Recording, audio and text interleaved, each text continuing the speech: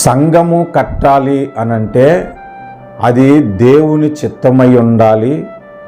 దేవుడు నిర్మిస్తున్న వధువు సంఘ నిర్మాణానికి ఉపయోగకరమైన పరిచర్య మనము చేయాలి.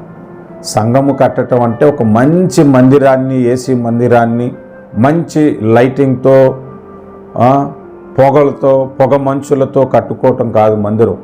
అదే మన గోల్ కాదు, అది మన గురి కాదు. నువ్వు ఎంత గొప్ప మందిరము కట్టినా, సొలొమోను కట్టే మంచి మందిరం మనం కట్టలేం. అలాంటి సొలొమోను మందిరానికే ప్రభు అన్నాడు, హస్తకృత్యములు వాటిలో నేను నివసించనన్నాడు. ఆకాశము నా సింహాసనం, భూమి నా పాదపీఠము, మీరు నాకు కట్టనుద్దేశించిన ఇల్లు ఏపాటిది అనేసాడు.